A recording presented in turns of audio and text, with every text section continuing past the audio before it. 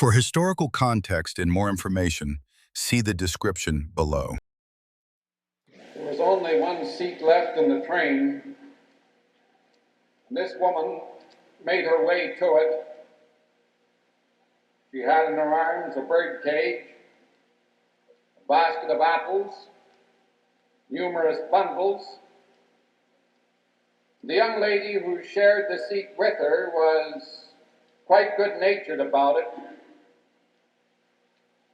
She described later the fussing and the fidgeting which had gone on in the midst of it all. And when someone asked her how she could be so patient,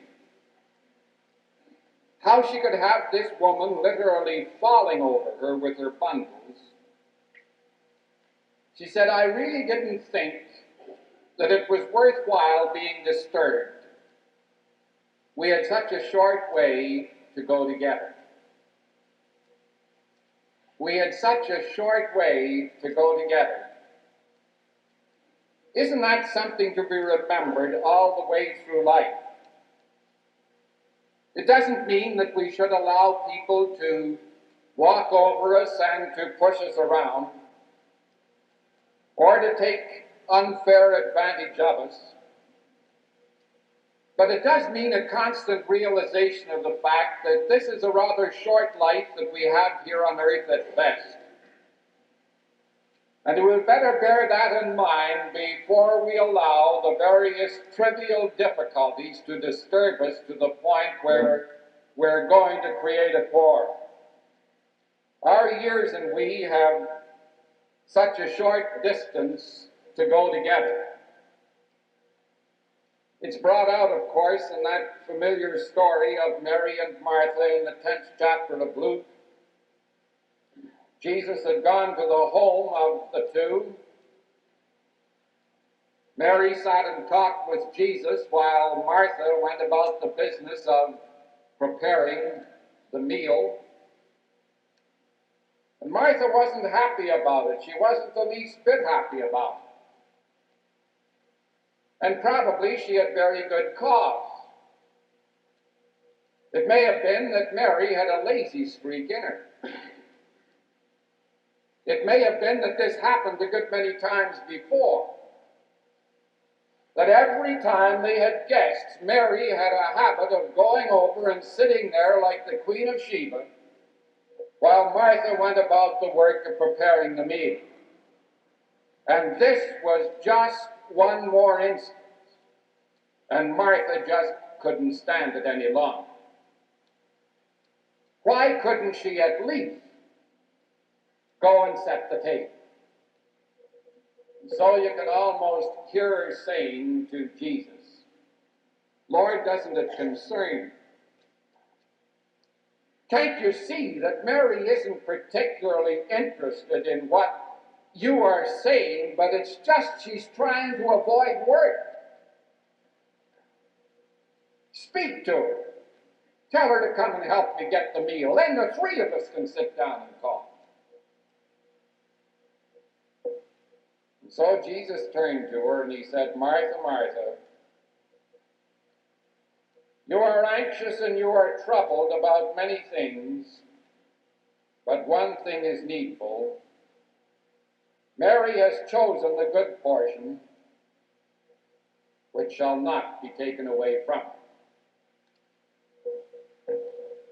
The King James Version speaks in terms of her being concerned and troubled about many things. That surely was the translation that should have been back when the King James Version was given to us. But it wouldn't be the proper translation for today. Concern back in those days meant anxiety. And so Jesus looked upon Martha and he was disturbed by the anxiety that was evident in her. That this thing had come to the place where it was literally destroying the entire relationship between those two sisters.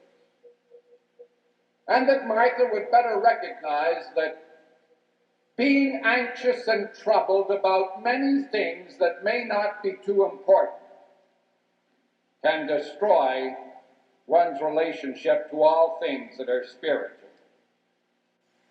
Forget for a moment, Martha, what you're thinking about Mary, and just look at what may be happening to yourself. Jesus was always so concerned about those inner cancers that eat at the soul and make it impossible for one to have the spiritual riches that God intended for it. Now, surely all of us need to think about this matter for a moment, because we're under the perpetual temptation to do just the same thing, and we're likely to forget with the young woman that it isn't worthwhile to trouble about it. We have such a little way to go together. We can become so wrought up about the insignificant things. There are many who are much more in danger of being overcome by the petty than they are by the big things of life. There is out in Long's Peak in Colorado the ruins of a gigantic tree. During the course of its long life, naturalists know that it had been struck at least 14 times by lightning, and yet it survived the whole business. That which destroyed it was an army of beetles. What the elements were not able to do in all their power and all their fury, the beetles were able to do. And the number of people who are overcome by beetles are legion. Allow these little insignificant things to take the best out of life. Think of the number of folks that we may have come upon in our lifetime who have allowed lasting friendships to be destroyed simply because something was said or something was done, and in order to make a point, an entire friendship of a lifetime was destroyed. I suppose Gilbert and Sullivan are as good an illustration as any. For years, those men were the closest of friends. That's why we got all the music and all the apparatus from them. They worked so closely together. But then came the time when there was a new rug needed for the theater. And their business manager, whose name was Kerr, put the cost of the rug down on the expense account, and immediately the fight began. Gilbert agreed with Kerr, and Sullivan didn't. He said that it was much too expensive, and the quarrel became so serious at one time that it went into court. So Gilbert would write out the words, and he would send them by special messenger to Sullivan, and Sullivan would write the music, and he would send them by special messenger over to Gilbert. And if they ever were given curtain calls and had to come out on the stage, they would always bow away from each other so that they wouldn't have to look at each other. All over the price of a rug. Wouldn't it have been much wiser if they had said, we've such a short time to work together, it just isn't worthwhile? The ironic part of it was that both men were sufficiently wealthy that they could have paid for the rug, each of them, and not have missed the money.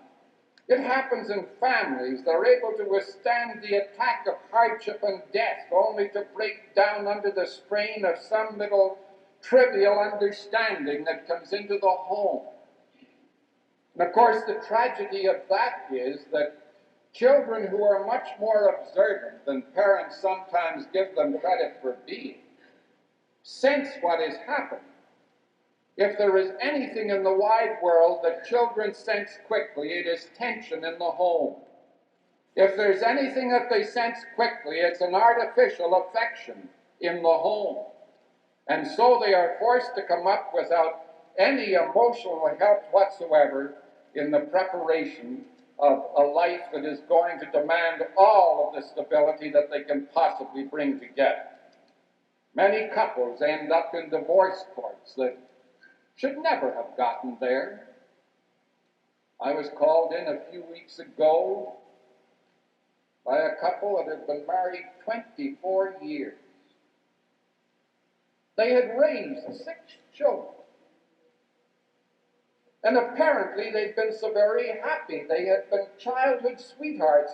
And now they were talking about divorce.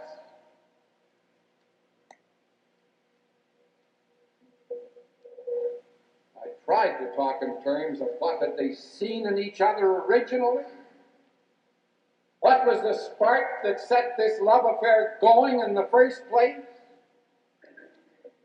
I tried to draw the picture of what they had gone through to make it possible for their children to get their education and to get started out in life. And then, that you have such a short time left here on earth, wouldn't it be much worthwhile to devote your energies to trying to find out what you've allowed to go wrong? And to be out looking for lawyers for divorce. Oh, sometimes you see it has started just with a lot of little things that have developed. We've become so busy. Husbands and wives become so engaged in just thousands of little things that they forget about each other.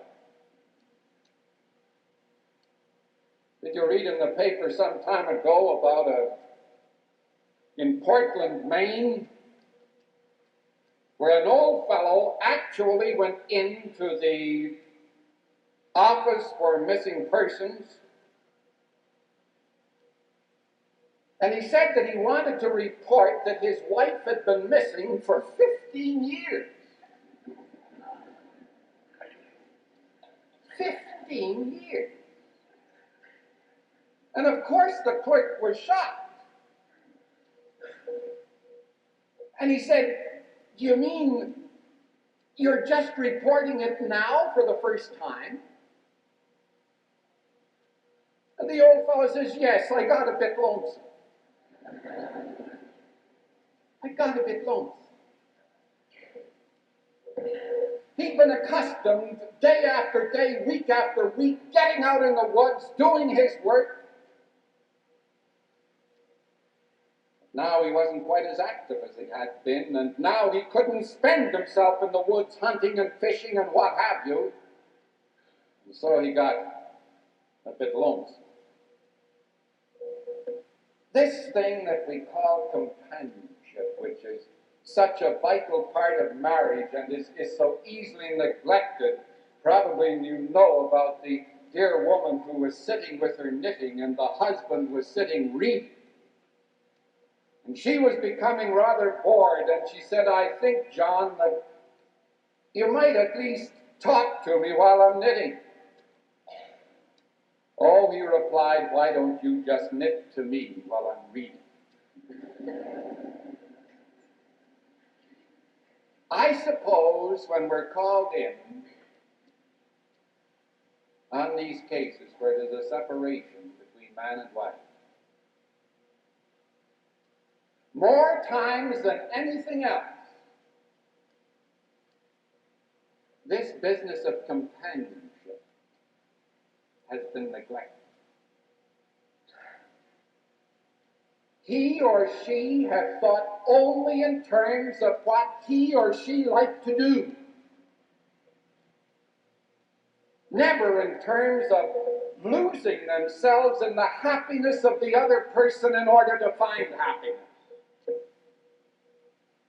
Too many marriages just haven't been New Testament marriages. There hasn't been a consciousness of losing in order to find. The same kind of thing happens in the church. Christ was big in every way, and he tried so hard to keep the people of the world from warping their souls with the anxieties that are forever tempting us. And yet what unimportant things people have allowed to stand between themselves and the worship of God. They've left churches never to return because someone didn't speak to them on Sunday morning or some such offense. And they have taken part in quarrels and divisions in the church that have made the gospel look very cheap and very ineffectual to those who are on the outside and to whom we are attempting to carry the evangel. And they have looked upon people with their quarrels and with their various bickerings, and they've said, if that's the best that the church can produce, I'll have none of it. And yet, as you look back over the history of the church, the division that have come about on minor things that weren't really important. They used to say that when you went into a large city, the First Presbyterian Church was founded because the older MacDonald brother came over from Scotland and started it, and the Second Presbyterian Church started when his brother came over from Scotland.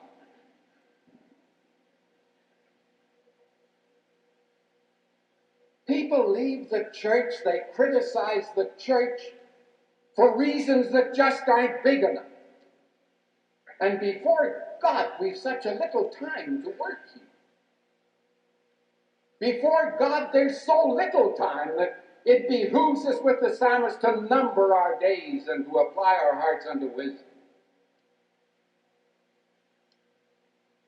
There are those who keep their cooperation away from the church in order to make their particular point without realizing that while they are not throwing their whole effort into the church, there are probably thousands of people suffering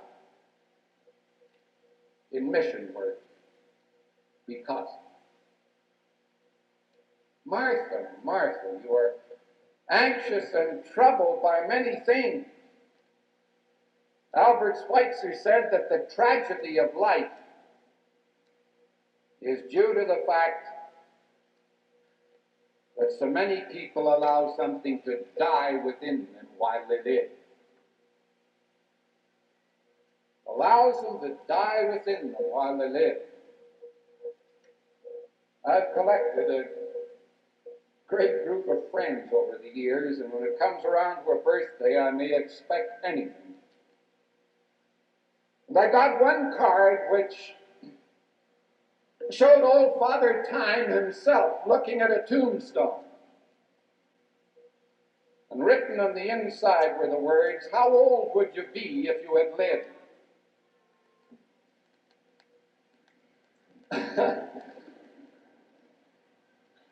Well, how old would we be if we had lived? How many years have we really lived as Jesus Christ talked about living? I came that ye might have life and have it more abundant, richer, deeper, purer, reaching up. How many years of our lives have been devoted to that kind of thing? General Douglas MacArthur, who had a great way with words, said nobody grows old by merely living a number of years. People grow old by deserting their ideals.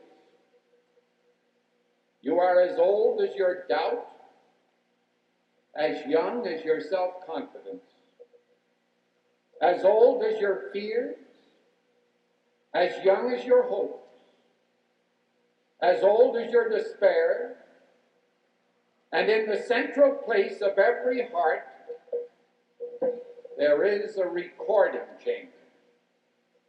So long as it receives messages of beauty and hope, cheer and courage, you are young.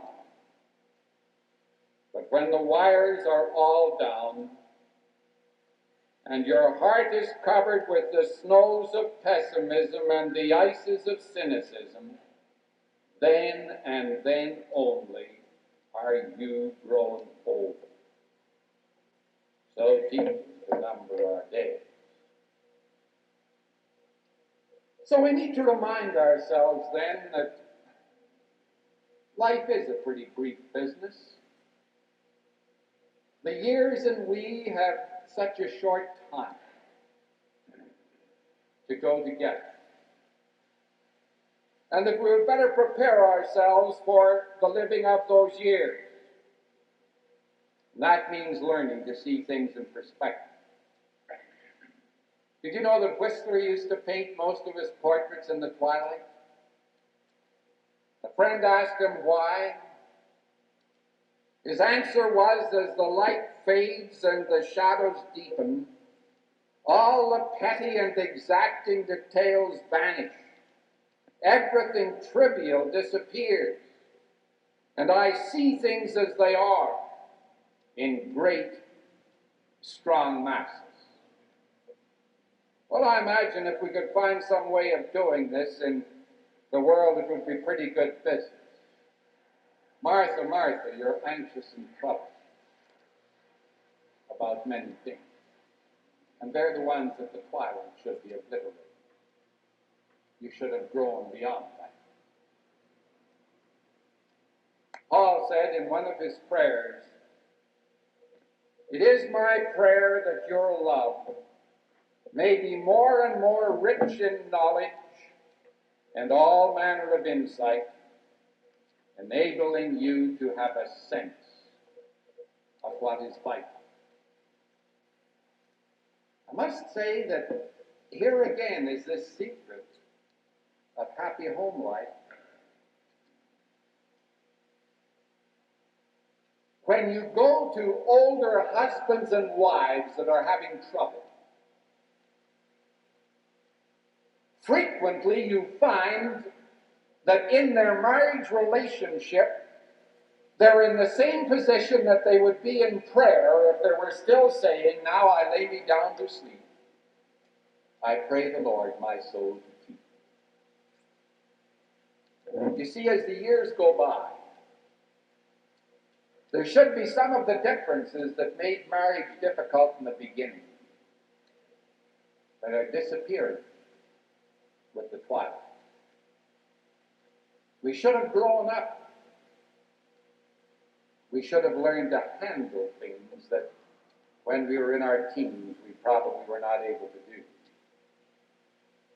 And then too, we not only need to have a perspective, but we need to keep always this wholesome look at the problems of other people, always seeking the place where we can be helped. Martha, I suppose, could be accused of this sin. She had made up her mind before Jesus came to visit them that the most important thing that was going to happen that day was to provide a good meal. She probably thought about it for days. Just how the table was going to be set, and that the broom had to be just right in the corner, and that everything in this room must be perfect. This was the important thing. And she never allowed herself this greater freedom of thought of saying, if when I find he comes here that he doesn't seem to be particularly interested in food, but he does have a problem on his mind, I'm going to sit down to him and talk to him about that. Let the meal go into the second place. And Mary had recognized this, and Martha didn't. Oh, it's so easy for us to get one-track minds, and it's so easy for us to develop souls to the place where we're not going to be concerned about what we see about us, and where, probably like Martha, we're just not sensitive to the feelings of people at that particular moment. And that the real success of Christian life is right here. Being able to change gears, change pace, size up what is before oneself at the moment, and try to meet this need as we see it.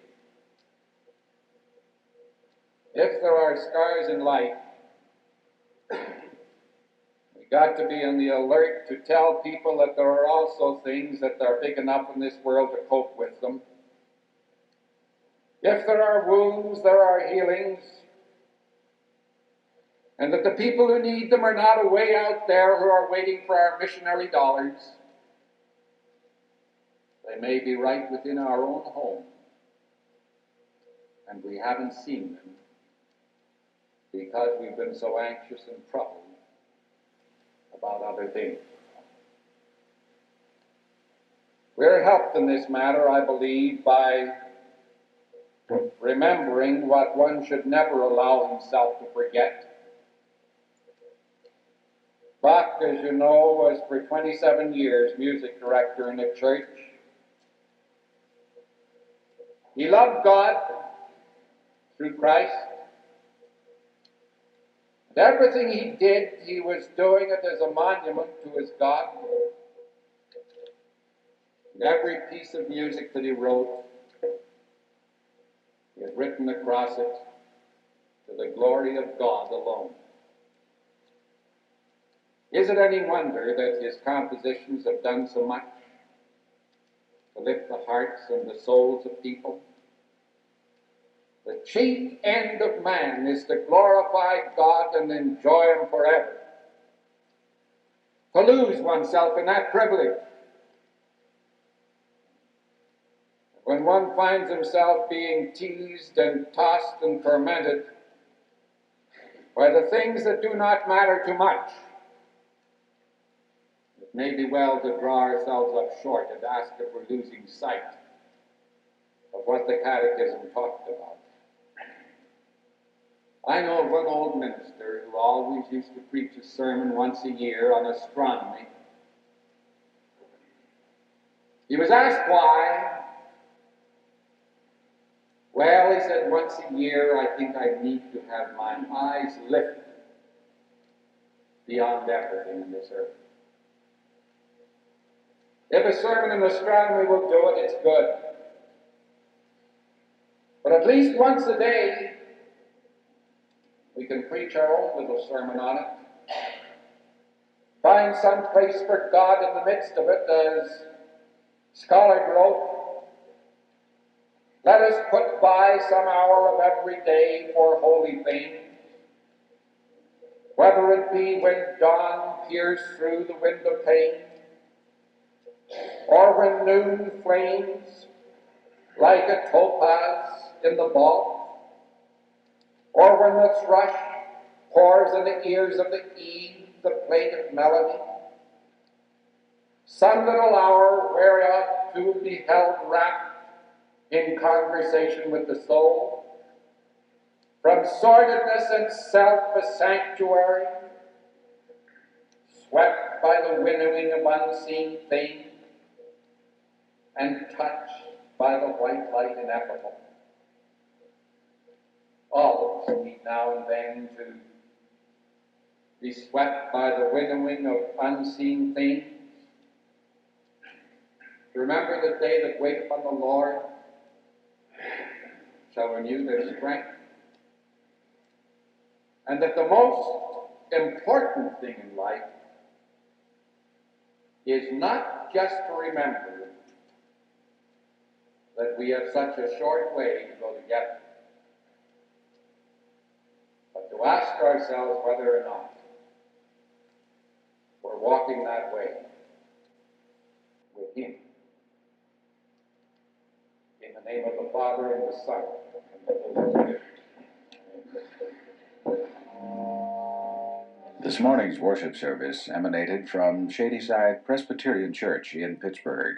Ministers of the church are the Reverend Dr. Howard C. Scharfe, the Reverend Dr. James R. Spear, and the Reverend J. Wayne Hanratty. Organist and choir director, Russell G. Wickman. Today's sermon by Dr. Scharfe was titled, Such a Little Way to Go Together. Your comments on these services are invited. Listen next Sunday at 11 o'clock for the regular worship service from Shadyside Presbyterian Church, Amberson Avenue and Westminster Place in Pittsburgh, Pennsylvania. Listeners are invited to send contributions to the radio ministry and benevolences of the Shadyside Presbyterian Church.